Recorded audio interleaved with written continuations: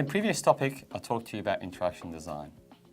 In this topic, I'm going to talk to you about one of the techniques, low fidelity wireframing, often known as mock-ups or wireframes. It's a way of getting your designs down early. Let's have a look at your project. Imagine you started the project with a research phase. You talked to your stakeholders to understand the business objectives. You did some research with your users to understand their needs. You've summarized, prioritized, and agreed the direction you're going to take. It's now the design phase. Well, what's the first thing you could probably do? Like an architect, the first thing you probably want to do is start putting some concepts down on paper. So this is an example of a low fidelity wireframe. It's crude, it's unresolved, and it's all about just getting concepts down. Some things are not final, but it's about deciding on things like the features, the information that you think the users would want to know. The layout. Is it 2 columns? Is it 3 columns? And some of the things you might even not have an answer for, but you just want to put it down on paper as a way to be able to communicate with your fellow colleagues or even the business about the right approach. There are a number of ways you can go about producing a mock-up. Now, if you're not feeling very comfortable using butcher's paper and pen, it's okay. There are many software tools out there that can help you actually draw your prototype. Now remember, the benefit of doing something rough is that you're not attached to the design, and it's more likely that you can go and make changes.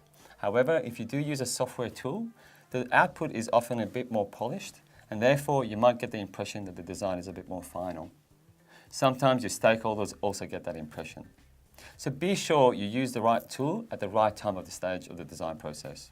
I want to talk to you a little bit more about producing mock-ups and wireframes. Now I'm talking from experience. Before software tools were out there to help you produce prototypes, we used to design with paper and pen. However, in those days, clients used to always struggle to understand the design because it wasn't finished. It was a bit rough. I had to spend a lot more time actually explaining the design to them. Nowadays, with software tools, we tend to use those tools because it's faster and it gives us a bit more of a polished look. But that's had a negative effect as well, because the client now sees that design and thinks it's final. And also sometimes designers get a bit precious because of the amount of work they've put into using that software tool, so they don't think outside the square. So if you're going to use a software tool, you need to feel really comfortable with the ability to be able to scrap that design and start from scratch. Whereas if you use a low fidelity mock-up or paper prototype, you probably feel a lot more comfortable being able to rip the design up or sketch on it or make any changes. But be sure what you're going to show your client. Talk to them, get a feel for how they understand the designs. And if you feel they're one of those people who need to see a more refined design, then you might have to consider moving your prototypes, the paper prototypes, into a more refined stage. Let's talk about some of the strengths and weaknesses for producing low fidelity wireframes or mock-ups. Well, first of all, they're very cheap. All you need is a marker and a paper.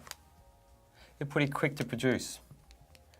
And you don't have to be precious or have your lines straight. And it gives you a great opportunity to get feedback early and often. People won't hold back when they see a rough design. However, one of the downsides is your client might not fully understand it.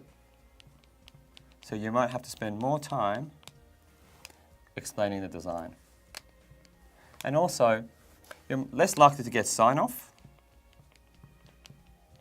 because the designs are not resolved.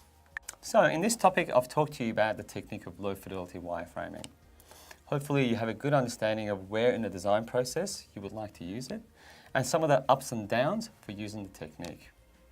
I'm pretty sure the next time you do a sketch for a friend, be it about a design or about any idea, you can probably refer to that as a mock-up. So far in this module, we've talked about information design and interaction design.